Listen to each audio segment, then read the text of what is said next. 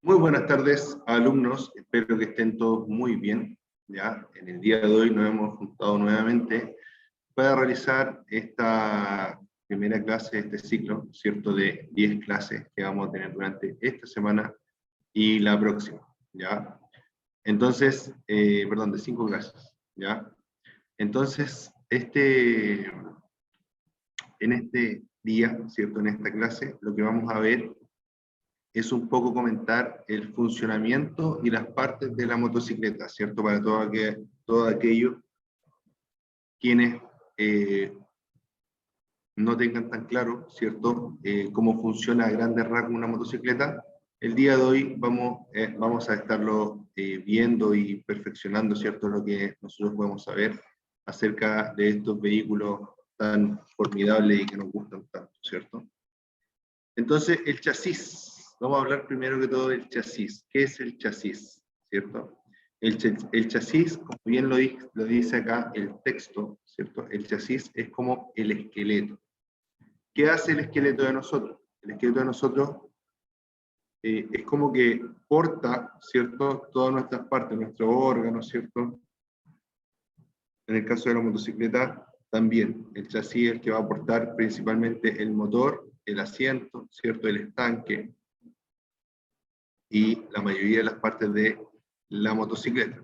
Ahora, si no sabemos lo que es el chasis es esto que está acá. ¿Ya? Cuando desarmamos una motocicleta completamente, ¿cierto? Lo que nos va a quedar es esto que está acá. Simplemente un marco metálico, ¿cierto? Que puede ser de acero, como puede ser de aluminio o algún otro material muy resistente, ¿cierto?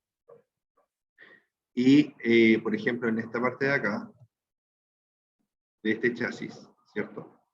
Tenemos, en esta zona se conecta, ¿cierto?, la dirección delantera o la horquilla delantera, y en esta zona iría la rueda delantera, ¿ya? En esta zona de acá iría el asiento, en esta zona iría el estanque, y en esta zona del medio, ¿cierto?, donde queda como un espacio, ¿cierto?, iría situado el motor y posteriormente la rueda trasera, ¿cierto? Entonces, ¿qué es lo importante del chasis?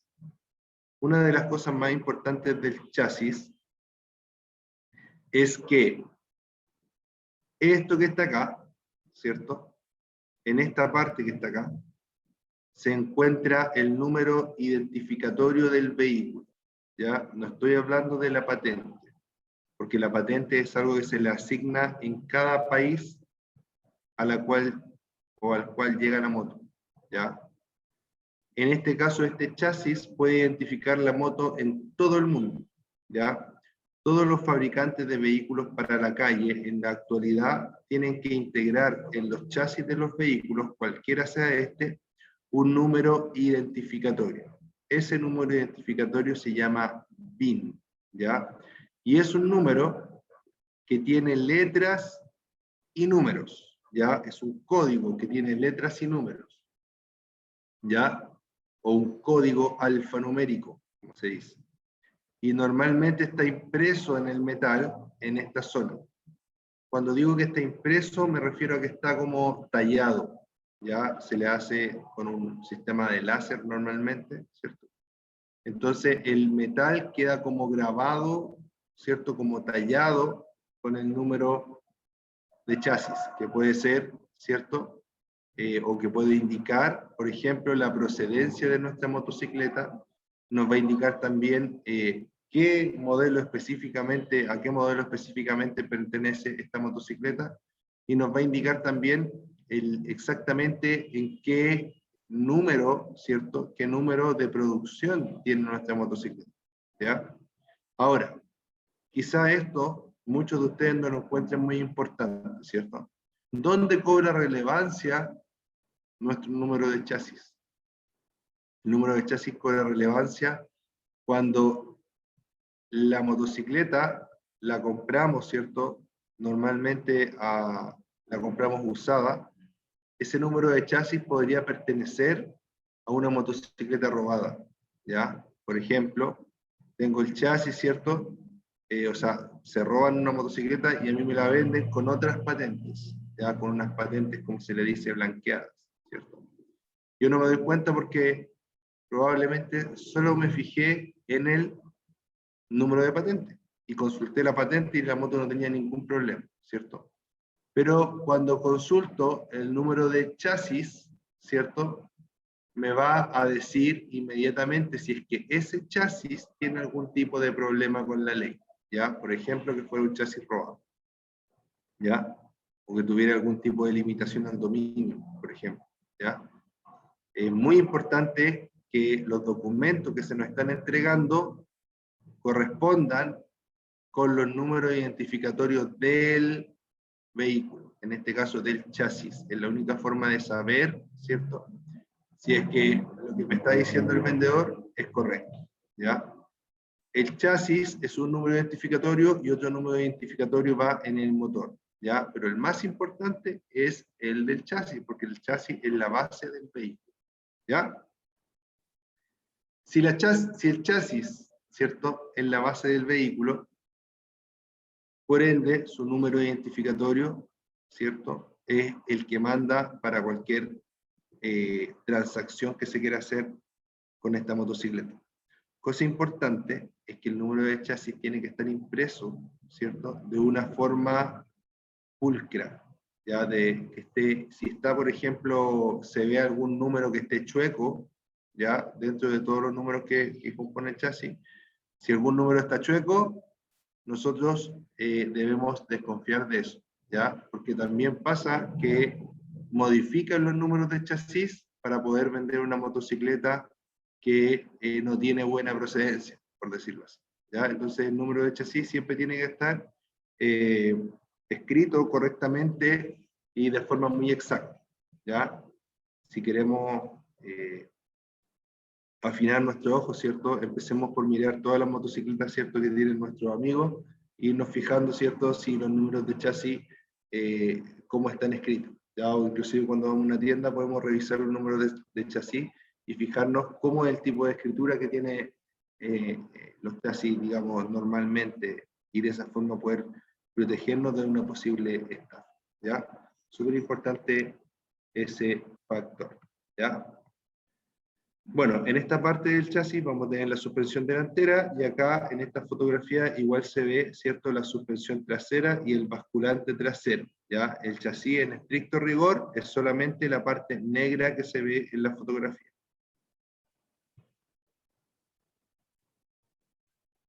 Acá hay un video en el cual pueden encontrar los distintos tipos de chasis.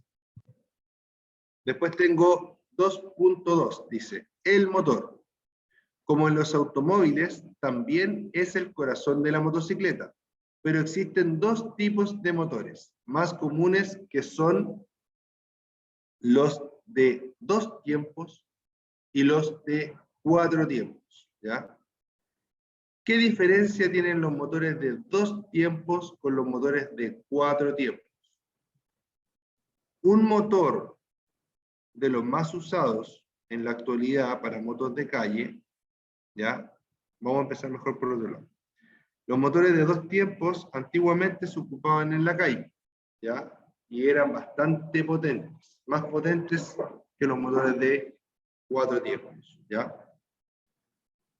Pero el gran problema del motor de 2 tiempos es que ese motor de 2 tiempos contamina mucho más que el motor de 4 tiempos. ¿Por qué? Porque el motor de 2 tiempos comparte el mismo espacio el aceite y el combustible.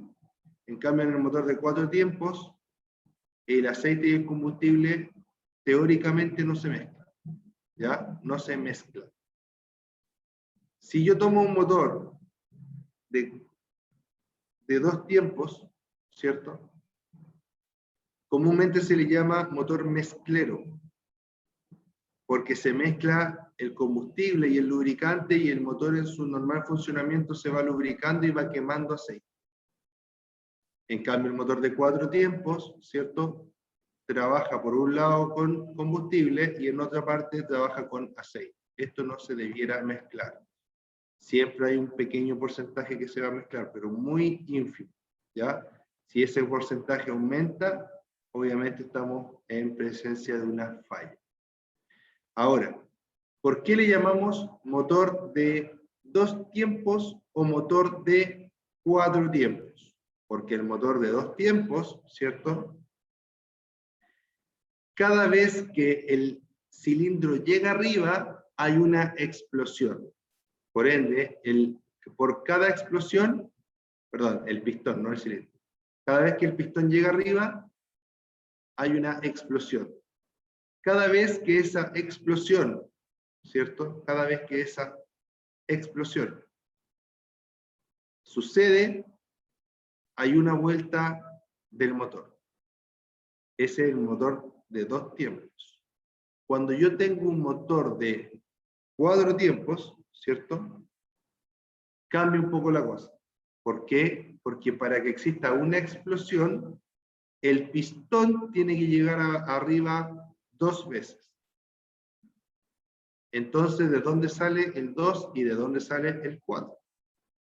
Vamos a decir que el motor de 2 tiempos, para completar un ciclo, necesita que el pistón viaje una vez para arriba y una vez para abajo. 2 viajes, 2 tiempos.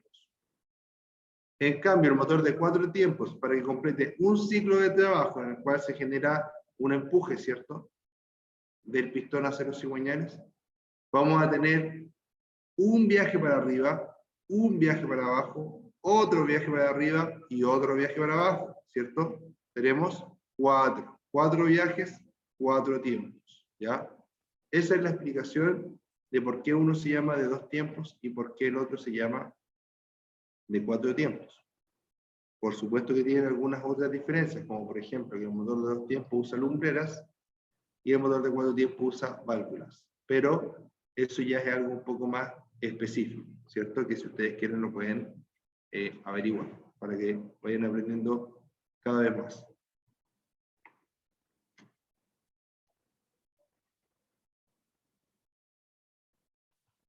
Cosa importante en esta imagen que estamos viendo son los sistemas de refrigeración de los motores.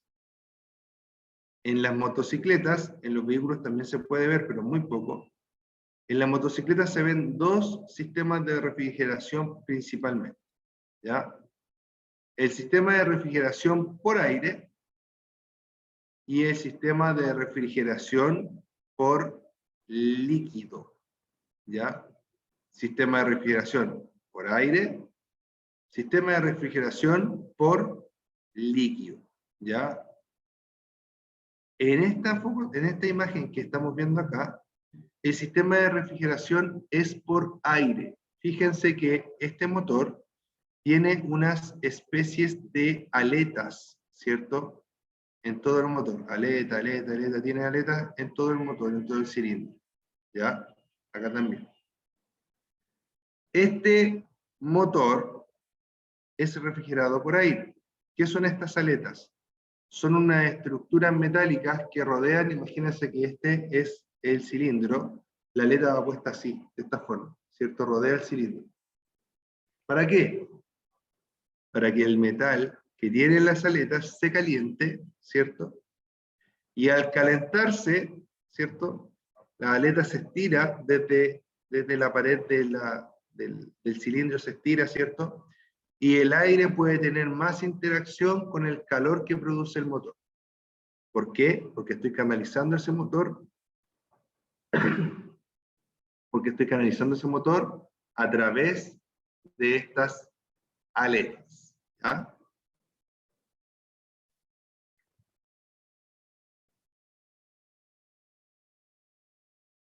Por otra parte, tengo motores refrigerados por agua.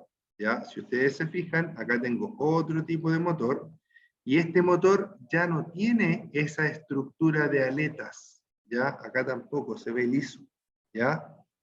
¿Por qué? Porque probablemente este motor sea refrigerado por agua. Ya no necesita las aletas, porque tiene un sistema líquido, ¿cierto?, que está arrastrando el calor excesivo que produce el motor y lo está enviando a un radiador de aceite. ¿Ya?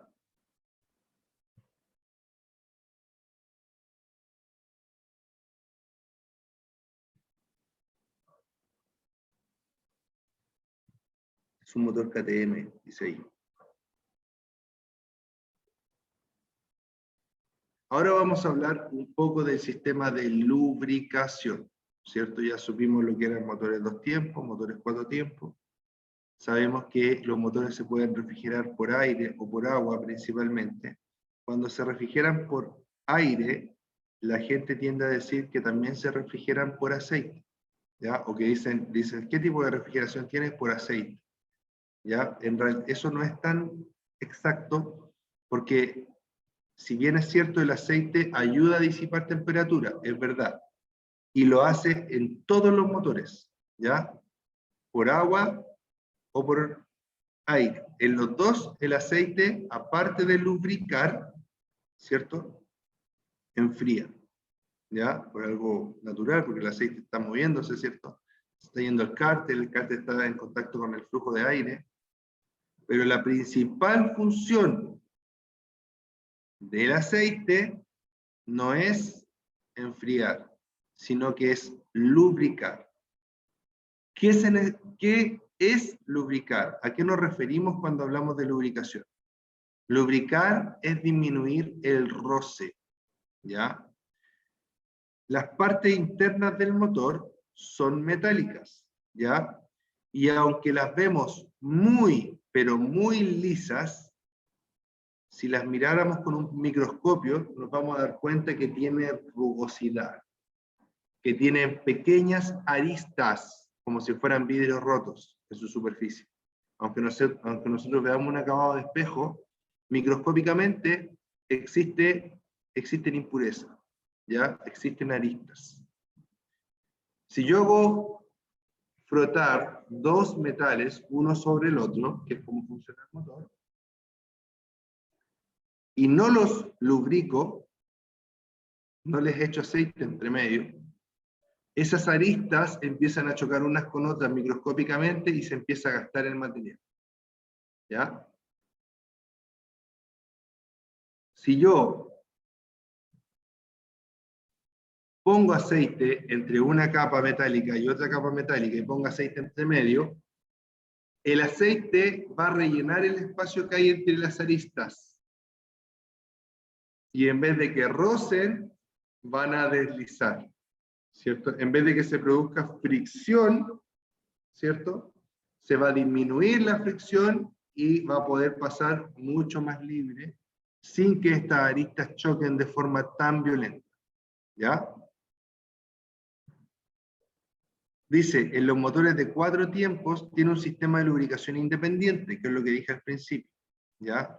En el de 4 tiempos tengo aceite en un lado, combustible en otro. En el de 2 tiempos tengo el aceite y el combustible juntos y se van quemando a medida que va funcionando el vehículo, ¿ya? Entonces la función del aceite es disminuir el roce entre distintos metales que están en contacto, ¿ya? La gracia es que ojalá los metales nunca se tocaran y que siempre entre un metal y otro existiera una capa de aceite, ¿ya? Es por eso que es tan importante que ustedes mantengan sus motocicletas con buenos aceites, ¿ya? No con un aceite ordinario, barato, el más barato que me venden, porque el aceite es la vida del motor, ¿ya? Si usted echa mal aceite, el motor va a durar poco. Si usted echa un buen aceite, el motor va a durar más. Si usted echa un mucho mejor aceite, va a durar el motor mucho más. La duración del motor va directamente ligada a la calidad del aceite que usted va a utilizar, ¿ya?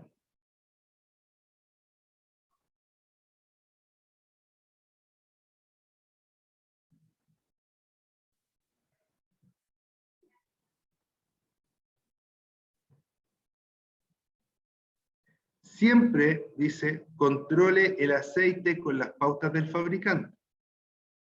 En un motor de 2 tiempos, el combustible se mezcla con el aceite para su funcionamiento.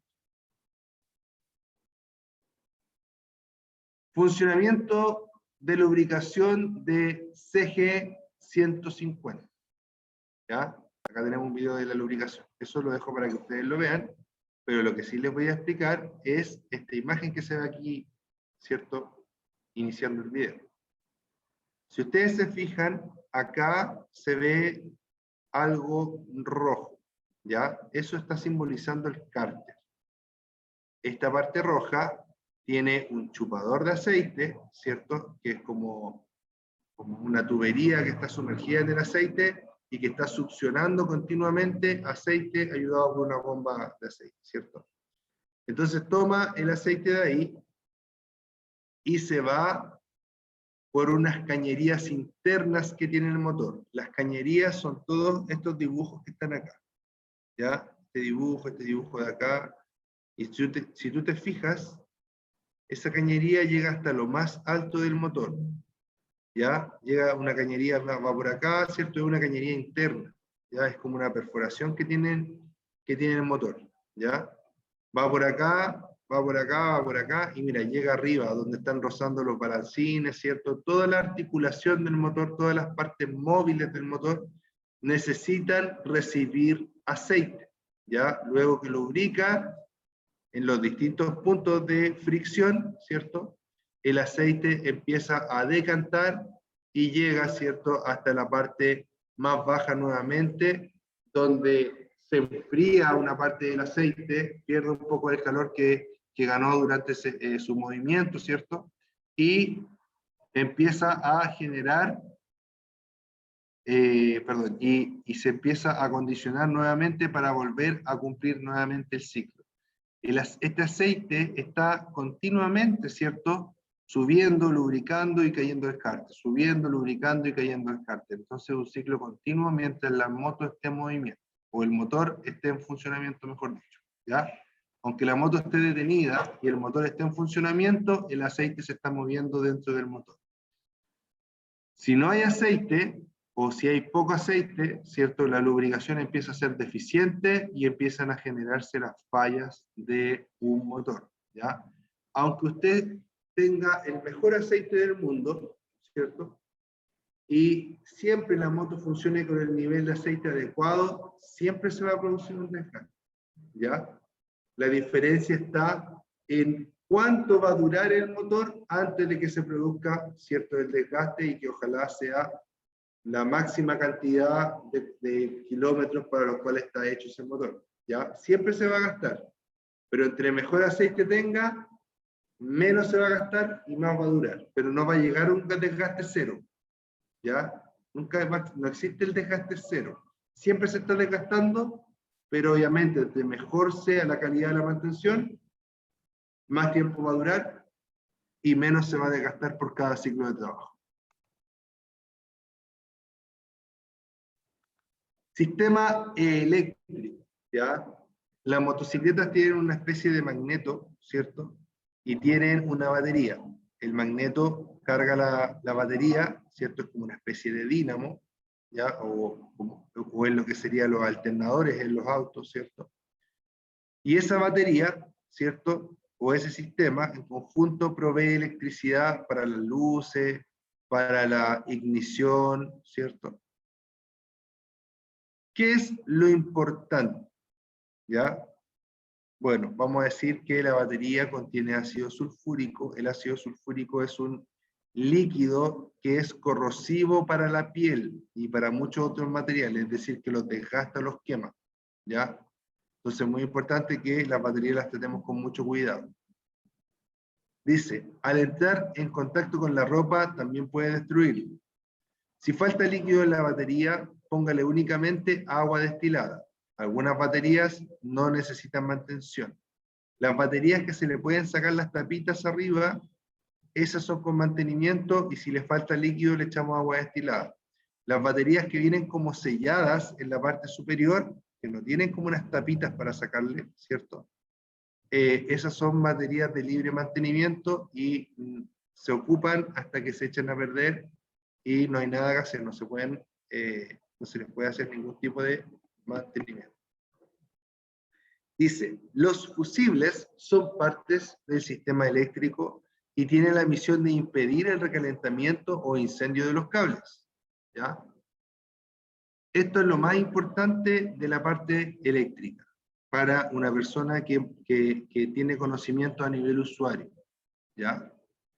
Los fusibles, ¿cierto?, son unas cositas chiquititas que tienen dos patitas y que normalmente todos las conocemos, y si tenemos una moto, si no lo conocemos, lo tenemos que conocer, ¿ya? Normalmente están debajo de los asientos, están las cajas de fusible. La función del fusible es fundirse, ¿ya? ¿Por qué les digo esto? El fusible se tiene que fundir. ¿Qué es fundir? Es que algo pierda su forma y se derrita por temperatura, ¿ya? El fusible está hecho para proteger los cables y los circuitos de la motocicleta. ¿Cuál es el error que se comete? A veces el fusible lo ponemos, ¿cierto?, en un alojamiento, circulamos y en algún momento se quema ese fusible. Digamos que es un fusible rojo de 10 amperes.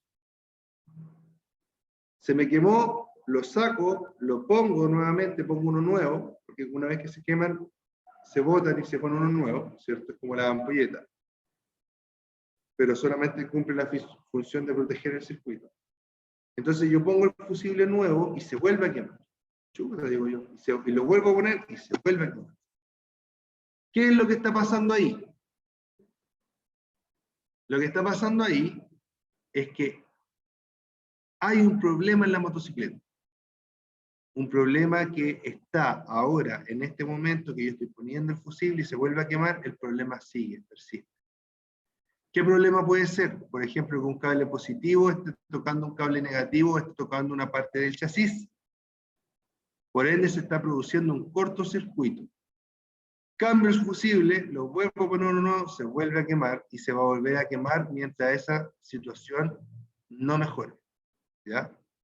¿Qué hacen algunas personas? Lo que hacen es cambiar ese fusible y poner uno más potente, de 20 amperes, para que no se queme. O de 30 amperes, por ejemplo, para que el fusible aguante más y no se queme. Lo único que está haciendo ahí es deteriorar todo el sistema, porque el fusible se quema para proteger el sistema y tiene 10 amperes, tiene una capacidad de 10 amperes, porque los cables y el sistema que está protegiendo no aguantan más de 10 amperes. Entonces, si usted le pone un fusible más grande, lo que está haciendo es que está obligando al sistema a trabajar con más amperaje del que puede resistir y más encima a trabajar con una falla.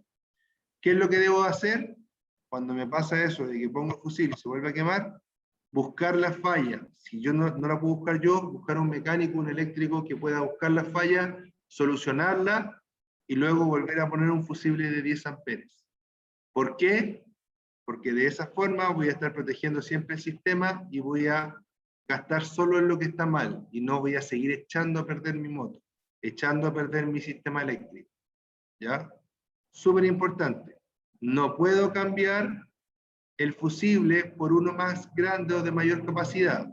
Y menos puedo amarrar el fusible en sus patas con unos cables de cobre. ¿Ya? Hay veces que para que el fusible aguante le ponen un puente de cobre. ¿Ya? Eso tampoco está bien. Si el fusible se quemó, es por algo. ¿Ya? Hay ocasiones en las cuales, por ejemplo, vamos andando en la motocicleta, pasamos por un hoyo y se quema un fusible. Vamos a ver qué está pasando con ese fusible, ¿cierto?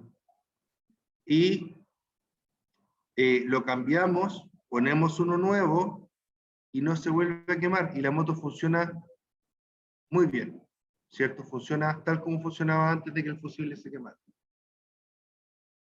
Eso se puede dar porque a veces cuando la motocicleta, por ejemplo, pasa por un hoyo, tiene un movimiento brusco, ¿cierto? A lo mejor hay un cable que está cerca del chasis y al pasar por ese movimiento brusco hace esto, ¿cierto? Lo tocó, quemó el fusible y se separó. Entonces yo después reemplazo el fusible, lo pongo y los cables están separados y no me da más problema.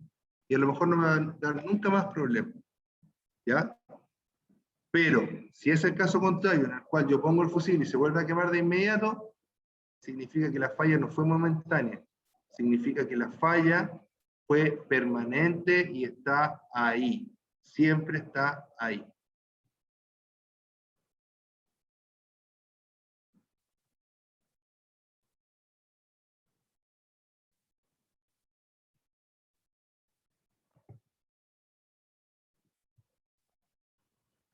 el sistema de combustible. ¿Ya? Vamos a decir que en la actualidad coexisten dos sistemas de combustible en la motocicleta. ¿Ya? Las motocicletas, lo más normal, 99% de los casos van a ser de gasolina, ¿cierto? Andan con gasolina. Sistemas de combustible. Primero, el carburador. ¿Ya? El carburador es un sistema primitivo, ¿cierto?, de inyección de combustible o de administración de combustible, mejor dicho, al motor. Funciona poniendo un tubo conectado a una manguera, por decirlo así, lo estoy simplificando lo más que puedo. Entonces por el tubo hago pasar el aire que va al motor, y como estoy generando, ¿cierto?, un traspaso de aire por ese tubo, se arrastra el combustible que está desde la manguera, ¿cierto? Y va así cayendo al flujo de aire, va cayendo combustible y eso se va al motor, ¿cierto? Y con eso se puede quemar. ¿Ya? A grandes rasgos lo estoy hablando. Obviamente que es un sistema mucho más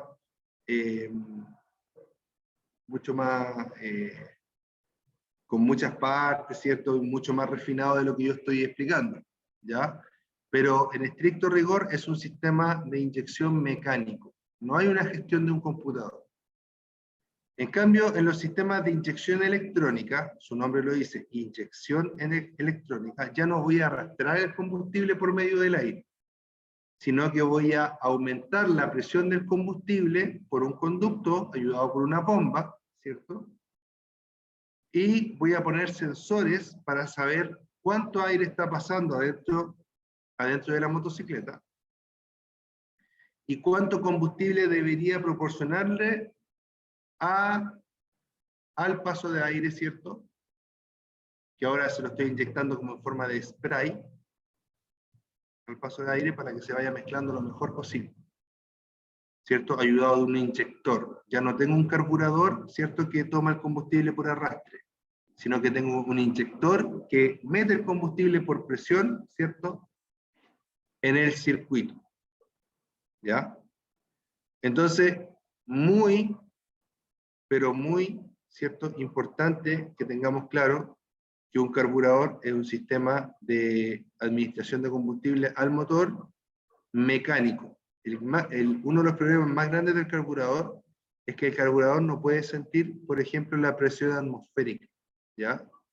Por lo tanto, si la moto yo la seteo, se dice setear cuando yo la afino, ¿cierto? La afino en la playa hay una presión atmosférica, va a funcionar bien. Pero si yo hago un viaje a la cordillera, donde hay otra presión atmosférica, ¿cierto?, no va a funcionar bien. Voy a tener que realizar correcciones a la carburación para que la moto funcione mejor. ¿Ya?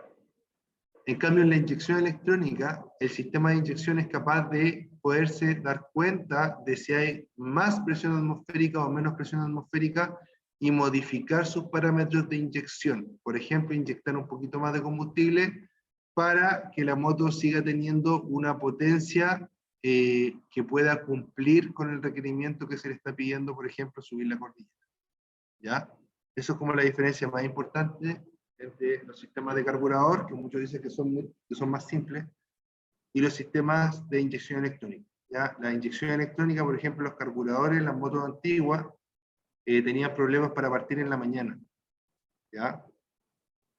En cambio, la inyección electrónica, la moto parte a cualquier hora del día, ¿cierto?, sin ningún problema. ¿Por qué? Porque la moto también se puede dar cuenta que la temperatura del aire es menor.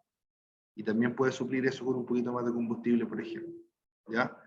Obviamente, un sistema con carburador contamina más que un sistema con inyección electrónica. ¿Ya? Por lo menos en lo general. ¿Ya? ¿Por qué?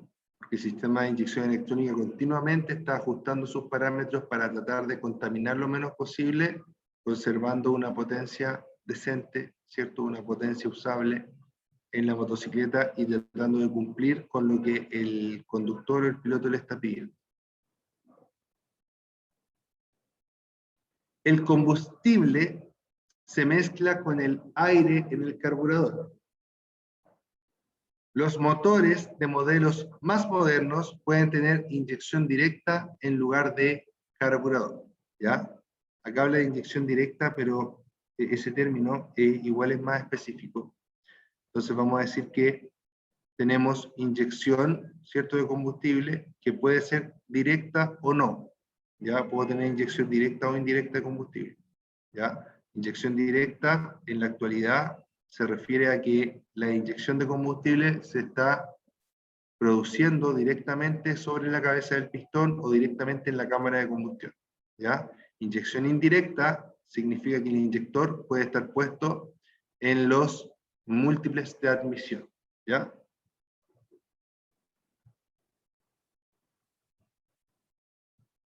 Debe saber que, importante, cuando vea humo visible en su motocicleta, es porque existe una mala combustión en el sistema.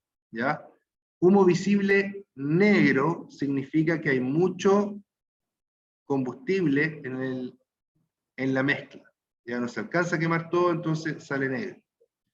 Humo azul significa que la motocicleta por algún motivo está quemando aceite, es decir, que los sellos que debían separar el combustible y la cámara de combustión del aceite dejaron de funcionar de forma óptima y están dejando pasar un poco de aceite.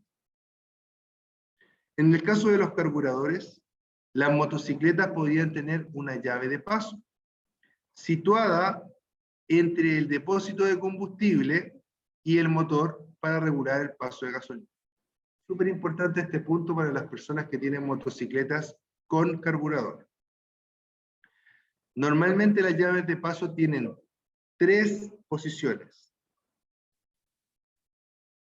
Prendido, eso quiere decir que hay paso de combustible desde el estanque hacia el carburador. Apagado, no hay paso de combustible desde el estanque hacia el carburador. Y reserva, ¿ya? Reserva, en la reserva hay paso de combustible, pero está pasando la reserva de combustible. ¿Ya? Entonces, ¿qué es lo que pasa? Cuando yo tengo, ¿cierto? Cuando yo estoy circulando normalmente, siempre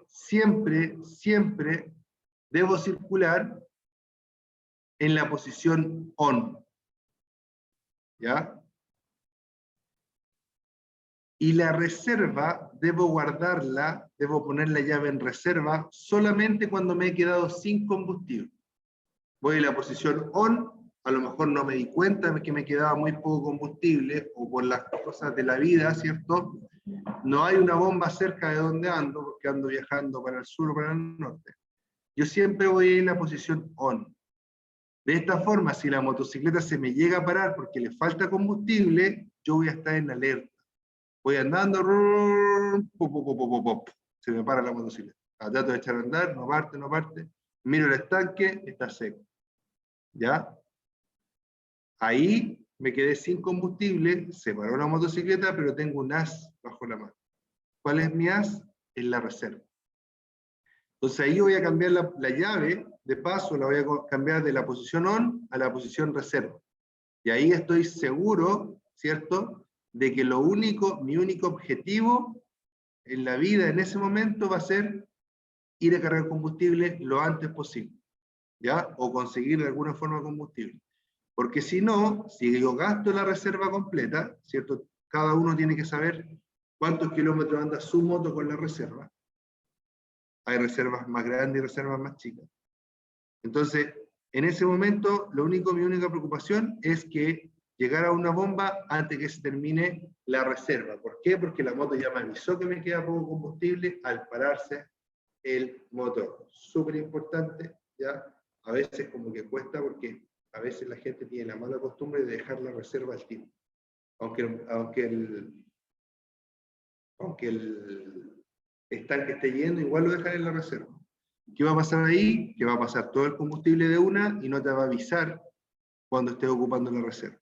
Por ende, siempre en circulación normal, la llave en posición on, solamente en caso de emergencia se activa la reserva. ¿Ya?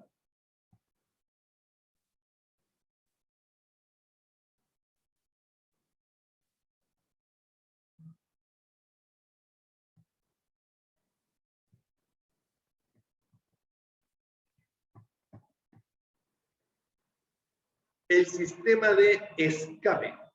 ¿Ya? De esto vamos a decir que los sistemas de escape de una motocicleta mínimo van a tener un silenciador, ¿cierto? Que sirve para que nuestra motocicleta no despierte a todos nuestros vecinos cuando la echamos a andar. Y en la actualidad, las motocicletas, aparte de silenciador, las motocicletas más modernas y más equipadas poseen también un sistema de control de emisiones, es decir, un convertidor catalítico.